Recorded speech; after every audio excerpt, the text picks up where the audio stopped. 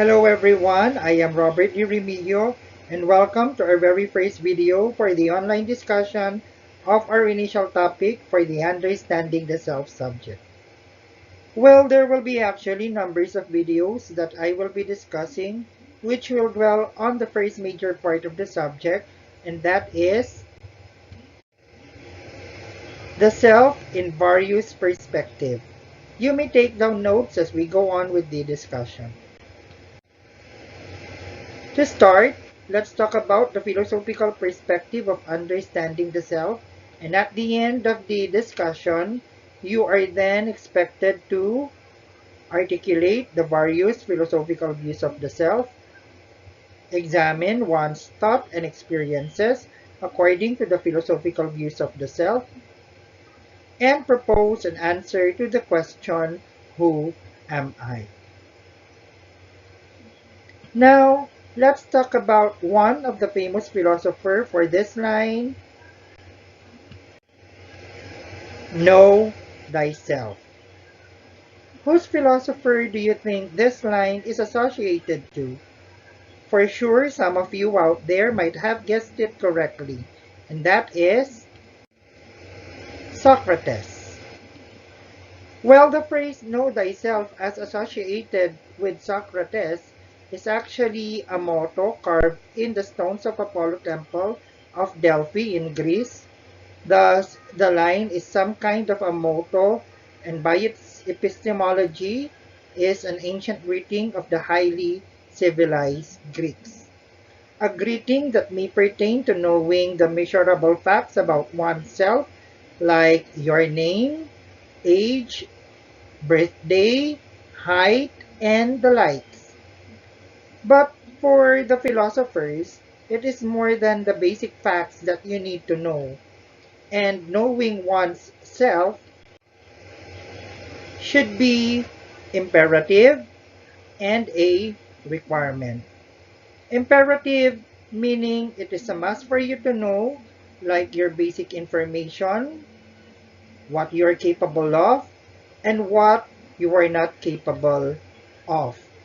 Eventually, knowing your basic information will lead you to require yourself for self-moderation, prudence, that is having good judgment to avoid danger, and excellence of the soul.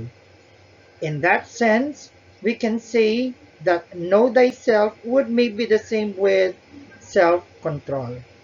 That when you already know information about yourself, which is a must for you to know or imperative for you to know, then it will be a requirement for you to have self-moderation. Not too much, but also not lacking. Remember the song Too Much Love Will Kill You? What will actually happen to a person if that person is too much into that love thing? Well, I'm sure you know the different consequences if so much into love. So what do we need to do? Of course, we need to balance everything. As we are discussing this, we can say that the greetings of the Greeks, know thyself, would mean that knowing yourself is not only imperative, but is also a requirement for us to have self-moderation, to have a sound judgment to different things and situations. Knowing oneself is important for us to attain excellence of the soul, which for the Greek is the essence of a person. For Socrates, you need to know yourself because for him, an unexamined life is not worth living. This means that part of examining yourself is knowing your values and developing it.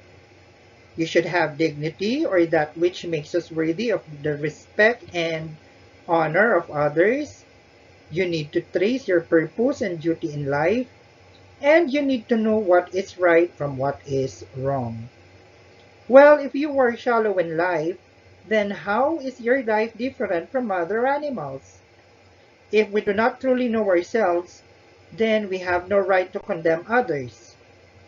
To add, part of knowing yourself is knowing and admitting that you also do not know everything. Thus, I know that I do not know. Socrates also believes in the immortality of the soul, that the soul survives beyond the death of the body. It is unchangeable and is not influenced by the body. Also, for Socrates, reality is dualistic and it comprises the body that is imperfect and changing and the soul which is unchanging. More will be discussed for the philosophical perspective of understanding the self topic in our next video discussion. Now, if you learned something from our lecture, please do not hesitate to like this video, hit the bell notification to get notified, and subscribe to our channel for more videos. See you in our next video discussion.